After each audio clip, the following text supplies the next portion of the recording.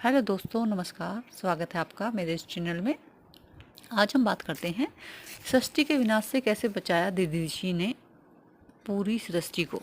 तो बात करते हैं कि इंद्र के जो गुरु थे वो थे विश्वरूप।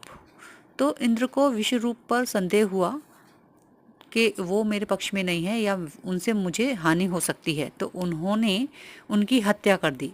विश्वरूप तपस्वी ब्राह्मण थे। यह समाचार जब उनके पिता त्वेटा को मिला तो वह अत्यंत क्रोधित हो उठे।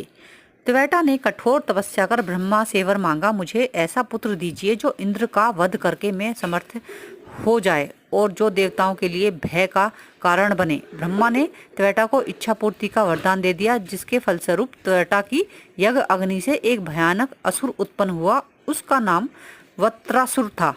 उसका शरीर इतना विशाल था कि वह प्रतिदिन 100 धनुष लगभग 400 हाथ तक बढ़ जाता था। उनकी शक्ति को देखकर पाताल लोक के असुर, उनमें से कोई अमृत मंथन के समय मारे जा चुके थे और जिन्हें शुक्राचार्य ने पुनः जीवित कर दिया था, वत्रासुर के पास आ गए।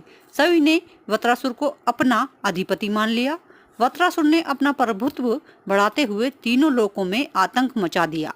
उनकी शक्ति से त्रस्त होकर अनेक ऋषि मुनि भगवान ब्रह्मा के पास पहुंचे और उन्हें अपनी पीड़ा बताई। ब्रह्मा जी बोले, यह असुर त्वष्टा की तपस्या से उत्पन्न हुआ है, कोई उपाय खोजना होगा जिससे यह मारा जा सके। देवताओं ने कहा, जब इंद्र को ब्रह्म हत्या से मुक्त कर फिर से स्वर्ग का राजा बनाया गया, तब हमसे एक भूल हो गई।